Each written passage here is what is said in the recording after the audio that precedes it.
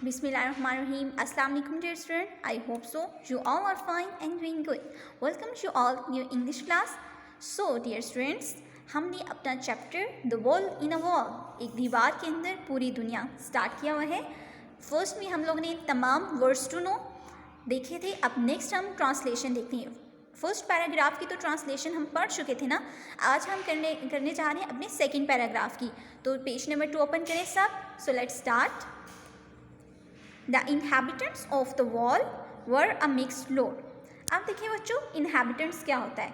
inhabitants बाशिंदे, of the wall उस दीवार के रहने वाले, were a mixed lot मुख्तलिफ तरह के इंसेक्ट्स वगैरह थे. ठीक है, एक टाइप के नहीं थे, डिफरेंट किस्म के इंसेक्ट, कीड़े मकोड़े जो भी थे. And they were divided into day and night workers.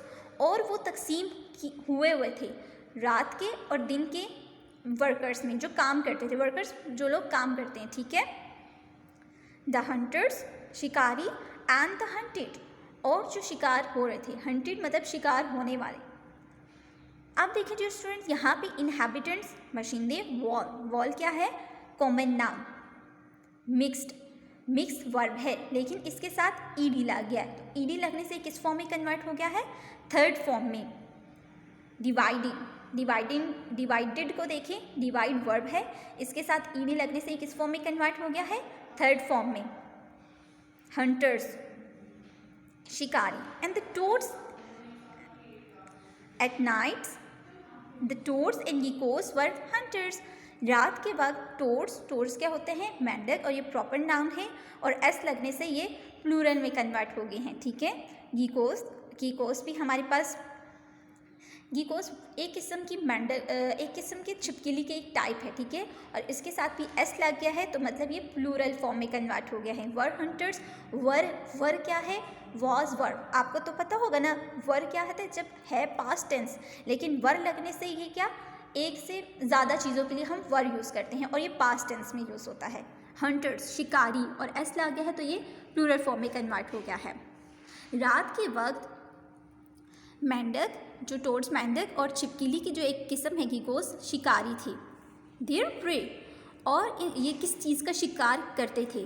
Was the population of stupid absent minded crane flies.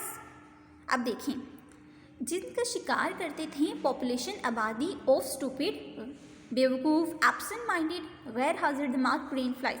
Crane flies भी हमारे पास एक मक्खियाँ होती हैं, एक टाइप है उनकी, लेकिन ये ऐसे होते हैं, इनके बड़े बड़े से पर होते हैं हमारे पास. ठीक है. मोथ्स कीड़े and of different shapes and size and rodents beetles, जो कि मुख्तलिफ शक्ल के और साइज़ के थे. इसके अलावा एंड रोटेंट बीटल्स, रोटेंट मोटे, beetles insect, hurrying with their night's work, और जो जल्दी जल्दी से अपने रात का काम करते थे. अब क्या है, जो टोड्स एंड गीकोस थे जिनका शिकार करते थे, वो बेवकूफ़ से गैर हाजिर दिमाग crane flies, moths, insect of different size and shapes, मतलब वो डिफरेंट किस्म की शक्लों और सूरतों में पाए जाते थे और साइज़ में थे. और रोटेंट बीटल इंसेक्ट भी थे जो रात के वक्त अपना जल्दी से काम करते थे. अब यहाँ पे देखें, रोटेंट बीटल ये भी हमारे पास क्या है? एक प्रॉपर नाउन, क्योंकि ये भी किसी चीज़ का नाम है. ठीक है. हरी वर्ब है, लेकिन इसके साथ आईएनजी लग गया है, तो आईएनजी लगने से किस फॉर्म में कन्वर्ट हो गया है? प्रेजेंट कॉन्टिन्यूस टेंस में कन्वर्ट हो गया, मतलब वो काम कर रहे थे. नाइट्स. अब इसके देखिए, नाइट्स के साथ हमारे पास यहाँ पे क्या है? एपोस्ट्रोफी एस आया है. एपोस्ट्रोफी एस का मतलब होता है का, के, की, और इसके साथ साथ एपोस्ट्रोफी एस क्या जाहिर करता है? किसी चीज़ की मलकियत को. बाय डे और दिन के वक्त. was difficult, और ये बहुत मुश्किल काम था. to tell the difference between the prey and the predators. दिन के वक्त ये बताना बहुत मुश्किल काम था कि क्या चीज़ शिकारी है और कौन शिकार हो रहा है. दिन के वक्त कुछ भी पता नहीं चलता था. everything हर चीज़, seemed दिखाई देती थी, to feed off everything else यूँ दिखाई देता था कि हर चीज़ दूसरी चीज़ को खा रही है. the hunting wasps और शिकारी बीड़े. सर्च आउट कैटरपिलर्स जो ढूंढती थी. कैटरपिलर्स भी कीड़ों को, छोटे छोटे होते हैं, उनको ढूंढती थी. एंड स्पाइडर्स और मकड़ी को. The spider hunted for flies और जो स्पाइडर्स होती थी वो शिकार करती थी फ्लाइज का, मक्खियों का. The dragonflies fed off the spider. जो ड्रैगन फ्लाइज भी जिसको हम लोग भंभीरी बोलते हैं, ये खाती थी स्पाइडर्स को, ये ढूंढती थी, खाती थी स्पाइडर्स को, मकड़ी को एंड फ्लाइज को, मक्खियों को।